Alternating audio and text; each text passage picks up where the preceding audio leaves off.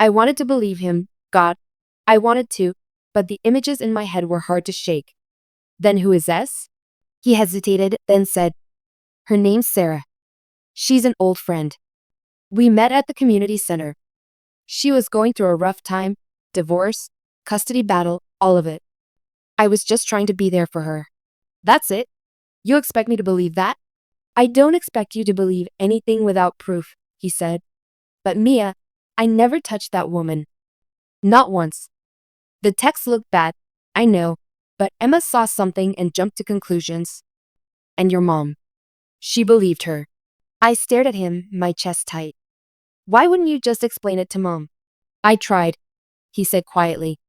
But once Emma made up her mind, she convinced your mom not to hear me out. She told her she'd seen us together, that we were meeting in secret. She even said she saw us kiss, which never happened. And your mom. She trusted her. My head was spinning. If Dad was telling the truth, then Emma had lied.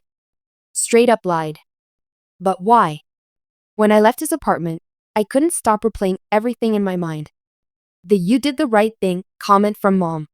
The urgent phone calls. The way Emma always seemed to be in control of the story. If she had lied about Dad, it meant she had destroyed our family, and she'd done it while pretending to be my protector. I wasn't going to confront her yet. Not until I was sure. But one thing was clear. I couldn't look at my sister the same way ever again. For the next week, I could barely be in the same room as Emma without feeling my skin crawl.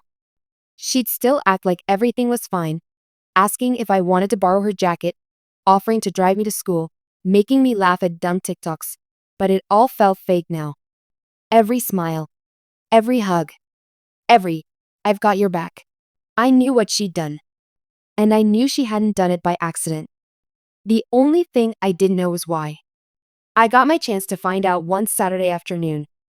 Mom was at work, and Emma was in her room folding laundry. I walked in without knocking. She looked up surprised. Hi? Ever heard of privacy? I know you told Mom Dad was cheating, I said flatly. Her hands froze mid-fold. What are you talking about? Don't play dumb, Emma. I saw the screenshots. I talked to Dad. He told me everything. For a moment, she just stared at me, her jaw tight. Then she set the shirt down and sighed. So what? You believe him over me? I believe the truth, I said. So unless you can prove he actually did what you said, yeah, I'm starting to think you lied. Her eyes flashed. I didn't lie. Then explain, I demanded. Explain why you had pictures of him with some woman, why you told Mom you saw them kiss, when he says it never happened. She got up and shut the door. Fine. You want the truth? Here it is.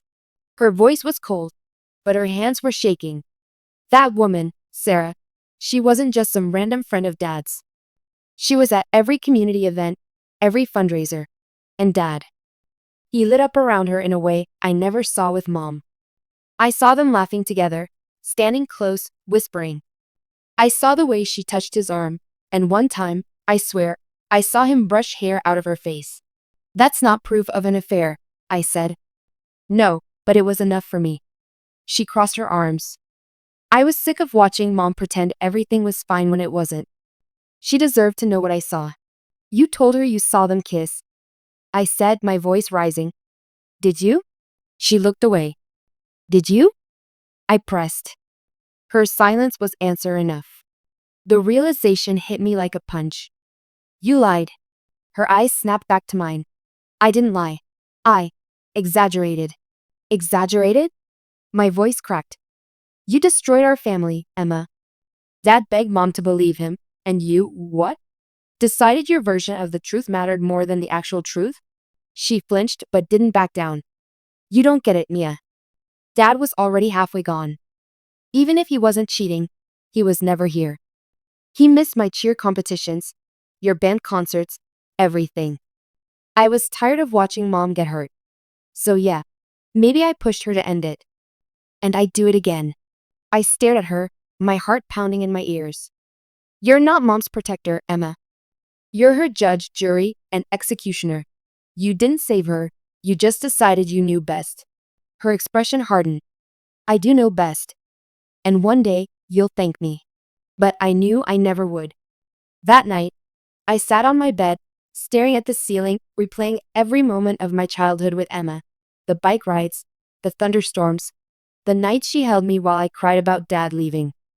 I realized those moments were real to me, but maybe not to her.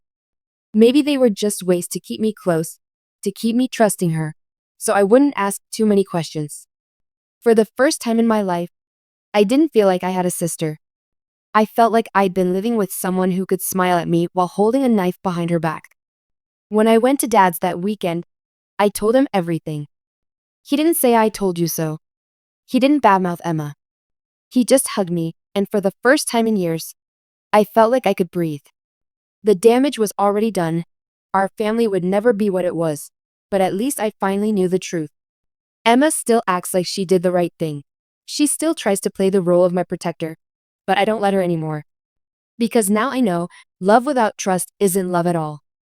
And sometimes, the person who swears they protect you no matter what is the one you need protecting from the most. After that confrontation with Emma, something in me broke. I didn't slam the door. I didn't scream. I didn't cry, not in front of her anyway. But inside, I felt like every memory we'd built together had been ripped apart and thrown into the wind. I started avoiding her. If she came into the kitchen, I found a reason to leave. If she knocked on my bedroom door, I pretended I had homework or headphones in. The only time we spoke was at dinner with Mom, and even then, it was just polite one-word answers. Mom noticed. Of course she did. One evening, she sat on the edge of my bed, her face drawn. Mia, what's going on between you and Emma? I shrugged. Nothing. Her eyes softened. It doesn't look like nothing. I almost told her right then. I almost told her about the emails, the screenshots, the lie. But then I looked at her, really looked at her, and realized she still believed Emma had saved her from a cheating husband. If I told her the truth now, it wouldn't just hurt her. It would crush her. So I swallowed it.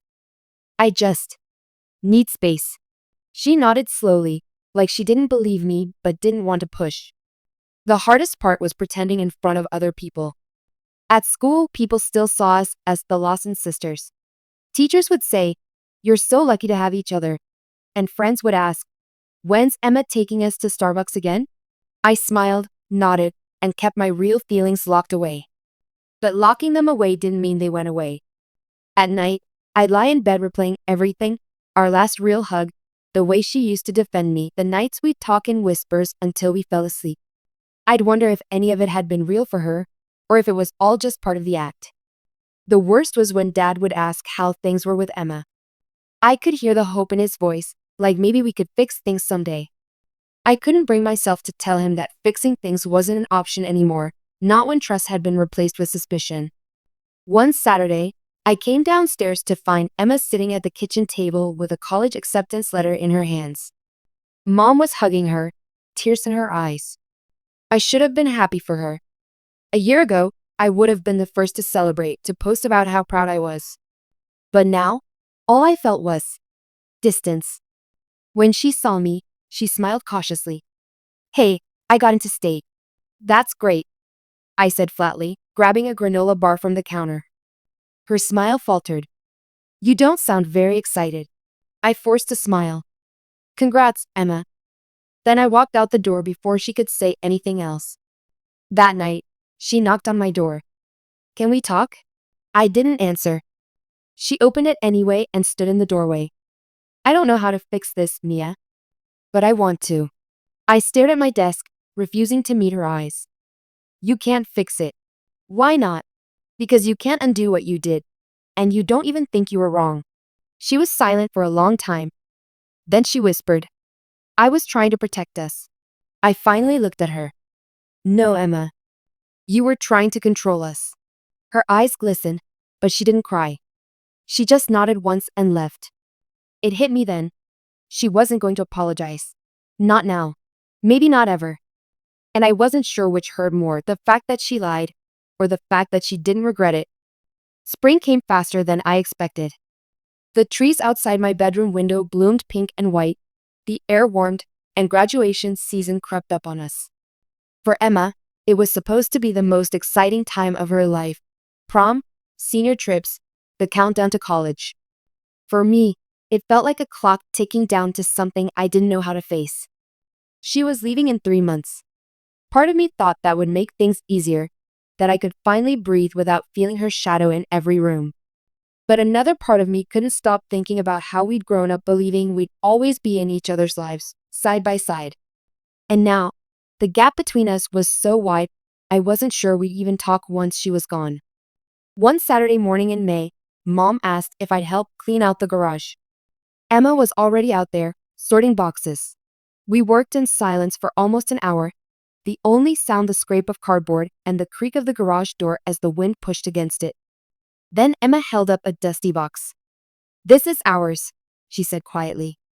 I turned to see her holding a box labeled Sisters. I knew what was inside: childhood scrapbooks, matching Halloween costumes, friendship bracelets we'd made when we were 7 and 10. She set it down between us and opened it. The smell of old paper and dried glue drifted out. The first thing she pulled out was a Polaroid of us at the county fair. Faces sticky with cotton candy, arms thrown around each other like nothing in the world could come between us. "I miss this," she said softly. I stared at the picture. "I miss believing in it," I replied. Her eyes flicked to mine, but I looked away. "I know you hate me," she said after a moment. "I don't hate you," I said, surprising even myself. "I just don't know who you are anymore." She set the picture down and leaned back. "I'm the same person, Mia." "No," I said. "The person I thought you were wouldn't lie to blow up our family. The person I thought you were wouldn't look me in the eye and say they'd do it again." Her mouth tightened. "You'll understand someday." I shook my head. "No, Emma. That's the problem. You think I'll understand when I'm older, like you're some wise protector who made the hard choice for everyone's good. But maybe the truth is, you just couldn't stand the idea that Mom might forgive Dad, so you made sure she wouldn't." For the first time, she didn't have a comeback. She just sat there, staring at the box between us. Mom's voice called from inside, breaking the silence, asking for help with lunch. Emma closed the box, slid it toward me, and stood. "Keep it," she said. Then she walked back inside. I stayed out there for a long time, flipping through the old photos. I realized that even if those moments were real for me, they'd never feel the same again. The memories were still mine, but the meaning had changed. The weeks flew by after that. Emma had her senior prom, her graduation, and endless goodbye dinners with friends. I stayed on the sidelines, present but distant, like someone watching a movie they'd already seen and couldn't change the ending of. The night before she left for college, she knocked on my door. I almost didn't answer, but curiosity got the better of me. She stood there holding something small, a silver bracelet. "You gave me this when you were 9, she said. Said it was so we'd always be connected." I remembered. It had cost me $5 from the gift shop at the mall. The charm in the center was a tiny heart. "I want you to have it back," she said, placing it in my hand. I stared at it, unsure if it was an apology or just another performance. "Why?" "Because no matter what happened, you're still my sister," she said. "And maybe someday you'll believe I really was trying to protect us." I didn't answer. She waited a moment, then nodded like she'd expected my silence. "Goodbye, Mia." She left early the next morning. I didn't come down to watch her load the car. I didn't wave from the porch. But I did stand at my bedroom window, watching as she hugged Mom and drove away. The bracelet was still in my hand. I slipped it into the Sisters box in the garage, closed the lid, and walked back inside. I wasn't ready to forgive her. Maybe I never would be. But I also knew I didn't want to spend the rest of my life letting her choices control me. She'd made her version of the truth. Now it was time for me to start living mine. And for the first time in years, I felt like that truth could finally be mine alone. When I think back on my childhood, the first thing that comes to mind is my sister, Emma. She was 3 years older than me, and to me, she was everything. She was the one who taught me how to ride my bike without training wheels, who held my hand on the first day of kindergarten when I was terrified, and who sat next to me in the dark when thunderstorms rattled the windows at night. Everyone in town knew us as the Lawson Sisters. Our mom loved to dress us in matching outfits when we were little, and even when we got older and had our own styles, we were still inseparable. People used to say, You two are lucky to have each other. And I believed it. Growing up, Emma always seemed so protective of me. If someone teased me on the playground, she was the first to stand up for me. If I got a bad grade and was scared to tell mom, Emma would sit with me at the kitchen table and help me make a plan to fix it. I used to think she was my safe place. But looking back now, I realize I never really knew her at all. Our parents were the kind of couple that made everyone else jealous. At least, that's how it looked from the outside. Dad was the funny, charming one who could light up a room. Mom was the organized, loving one who kept everything running smoothly. They had inside jokes, they danced in the kitchen, and they took us on spontaneous weekend trips just because the weather was nice. To me, it was perfect. The first time I noticed cracks in that perfect picture, I was about 9. I woke up one night to the sound of muffled voices in the kitchen. At first, I thought they were just talking late, but then I heard my mom's voice shake. She said something about trust, and how could you? I crept to the top of the stairs, my heart pounding, but before I could hear more, Emma appeared out of nowhere. She grabbed my hand and whispered, "Don't listen. Go back to bed." Her tone wasn't mean, it was firm, almost urgent. And because I trusted her, I obeyed. That became a pattern over the next couple of years. Every time I caught little glimpses of tension, Dad coming home later than usual, Mom's red eyes in the morning, Emma would steer me away. She'd crack a joke, start a movie, or distract me with gossip about school. And I let her. Because she was my sister. My protector. The night everything changed started like any other. Mom was making spaghetti, Dad was upstairs, finishing some work, and Emma was sitting across from me at the kitchen table scrolling through her phone. But there was this heaviness in the air. Mom's smile didn't quite reach her eyes, and Emma kept glancing toward the stairs like she was waiting for something to happen. When Dad finally came down, Mom told him they needed to talk. The three of them went into the living room and shut the door. I started to get up, curiosity burning in my chest, but Emma blocked me. "Not now," she said, her voice flat. "But, seriously, Mia, stay out of it." I remember thinking it was weird that she didn't even try to distract me this time. She just sat back down, staring at her phone like she wasn't even listening. But I knew she was. A little while later, the door opened and Dad walked out with a duffel bag slung over his shoulder. He didn't look at me. He didn't even say goodbye. He just left. That night, I cried harder than I ever had before. Mom stayed in her room, and Emma sat next to me on the couch, rubbing my back. "It's going to be okay," she whispered over and over, even though it felt like the biggest lie in the world. From that day forward, everything was different. Dad moved into a small apartment across town, and we saw him only on weekends. Mom seemed smaller somehow, quieter. And Emma, well, Emma took over. She cooked dinner when Mom was too tired. She helped me with my homework. She was like my anchor in a storm I didn't understand. But here's the thing about storms. Sometimes, they start long before you ever notice the clouds. I didn't know it then, but Emma had been hiding something from me for years. Something that would turn everything I believed about my family upside down. And the worst part? She wasn't just a bystander in what happened to our parents. She was the reason for it. After Dad left, life settled into a strange new routine. We'd spend weekdays with Mom in our old house and weekends with Dad at his cramped 2-bedroom apartment. It smelled faintly of burnt coffee and cheap air freshener, but I didn't care. I was just happy to see him. Still, even those weekends felt off. Dad was quieter. He smiled less.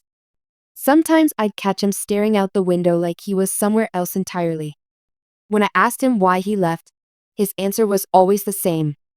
"Sometimes grown-ups just can't make things work, sweetheart. But it's not your fault." Emma, on the other hand, seemed to adjust almost effortlessly.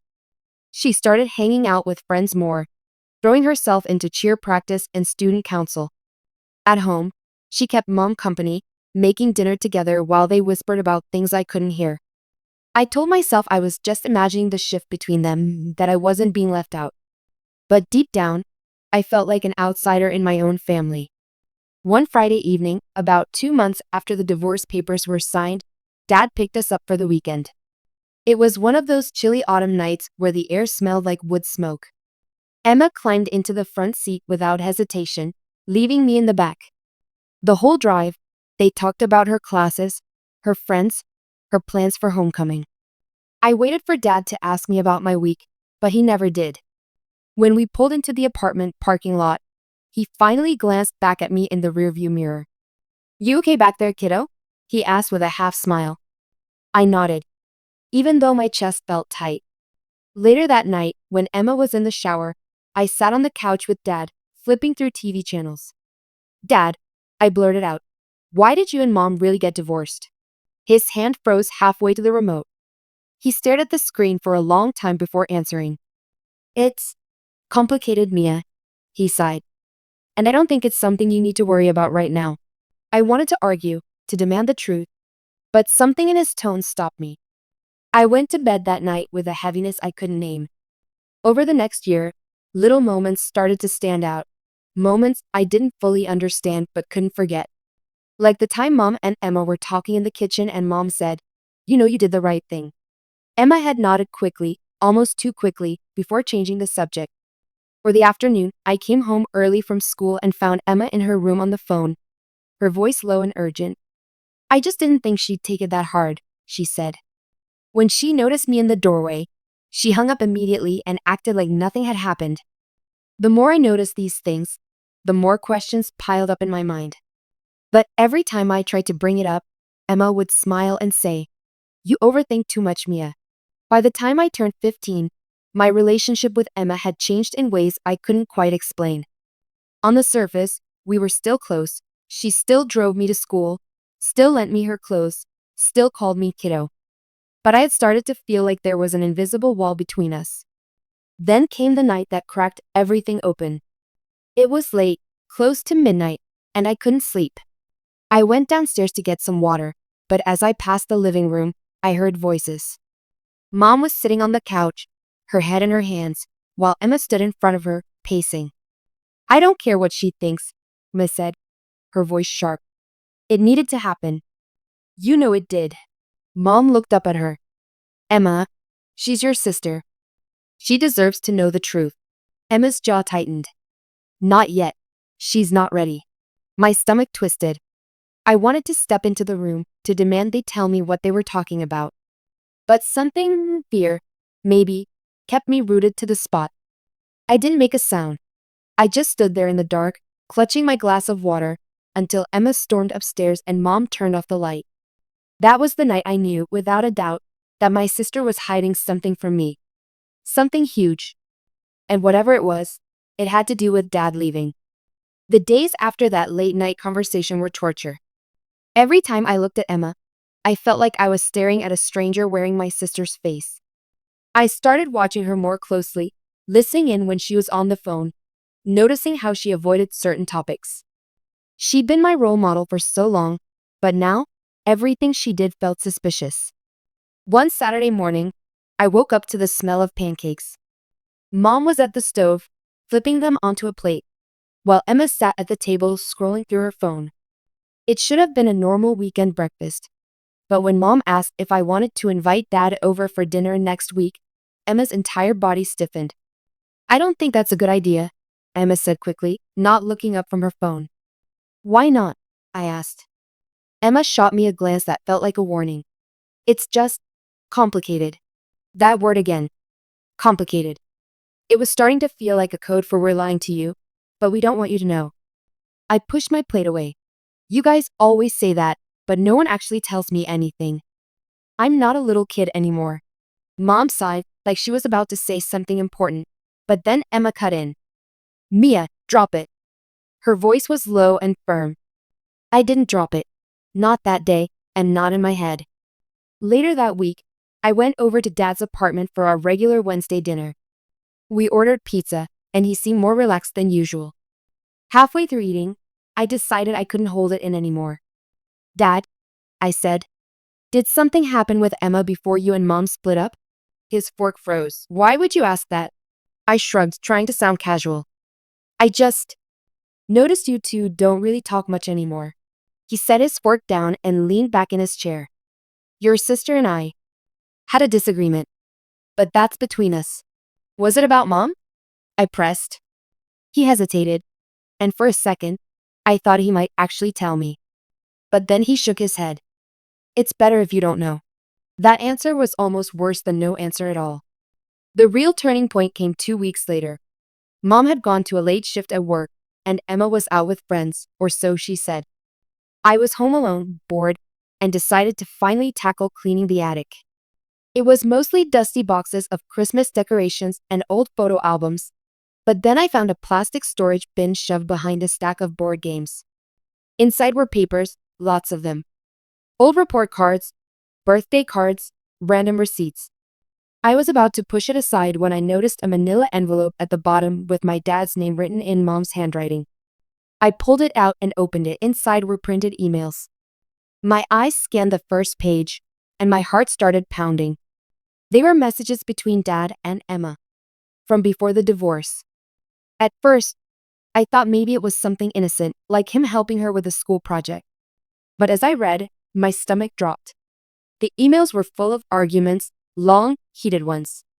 In one, Dad wrote, Emma, you can't just tell your mom things like that without talking to me first. It's not true, and you know it's not. In another, Emma replied, I'm not lying, I saw the texts. I heard the phone calls. She deserves to know, and so does Mia. Texts? Phone calls? What was she talking about? I read more, my hands shaking. In one of the last emails, Dad said, because of what you told her, Emma, I don't think this family will ever be the same. I hope you can live with that. I sat there in the attic, surrounded by dust and shadows, trying to process what I just read. Emma had told Mom something big enough to blow up our family. And from the way Dad worded it, he believed it wasn't even true. When I heard Emma's car pull into the driveway, I shoved the papers back into the envelope, stuffed it under my hoodie, and ran to my room. That night, I couldn't even look at her. All I could think was, what did you say? And why? I knew I couldn't ask her outright, not yet. If she realized I'd seen the emails, she'd just shut me down again. No, I had to be smarter than that. If my sister had destroyed our family, I needed to know exactly how. And for the first time in my life, I didn't trust her to tell me the truth. I couldn't stop thinking about those emails. The words burned in my brain like a bad song on repeat. Because of what you told her, Emma, I don't think this family will ever be the same. That weekend, I decided to do something I never thought I'd do, spy on my own sister. It started small. I paid closer attention to her phone calls. I noticed that when certain names popped up on her screen, she'd walk out of the room to answer. If I happened to follow her into the kitchen or living room, she'd instantly hang up. Then one night, I saw her laptop open on her desk. She was in the shower, so I had maybe 3 minutes. My heart was pounding so hard I could barely think straight, but I sat down and started scrolling. Most of her recent searches were boring college applications, concert tickets, makeup tutorials, but then I found a folder buried inside another folder labeled Old Files. Inside were screenshots. I clicked the first one and froze. It was a picture of Dad's text messages. He was talking to someone named S. The messages were short and kind of vague, but they had a tone. A tone that didn't sound like two friends chatting. Dad, can't wait to see you again. Saturday? S. I'll make it work. I miss you. Another screenshot was of a missed call from S at midnight. The dates on these screenshots were from almost 2 years ago, months before Dad left. The more I scrolled, the more my stomach twisted. There were half a dozen screenshots like that, plus a few blurry photos taken from far away. Dad, standing next to a woman I didn't recognize, outside a coffee shop. Dad, sitting with her on a park bench. And suddenly, I understood.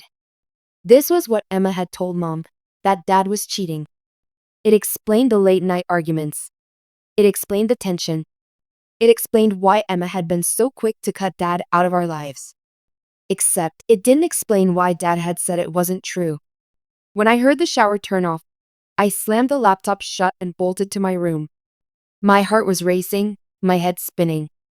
That night, I couldn't sleep. I kept imagining two versions of the truth. In one, Dad was guilty. He'd betrayed Mom, and Emma had done the right thing by telling her. In the other, Emma had misread the situation, or worse, made it up, and her accusations had blown our family apart for no reason. I didn't know which one was real. The next day, I decided I couldn't live with not knowing anymore. I was going to Dad's apartment after school, and I wasn't leaving until I had answers. When I got there, he looked surprised to see me on a Thursday. "Everything okay?" he asked, letting me in. I sat down on his couch, my hands shaking. "I know about the texts," I said. He blinked. "What texts?" "The ones between you and S. The screenshots. The photos. Emma showed them to Mom, didn't she?" For a long moment, he just stared at me. Then he rubbed his face and let out a deep sigh. "Yeah, she did." "Was it true?" I demanded. "Were you cheating?" He looked me straight in the eye. "No, I wasn't.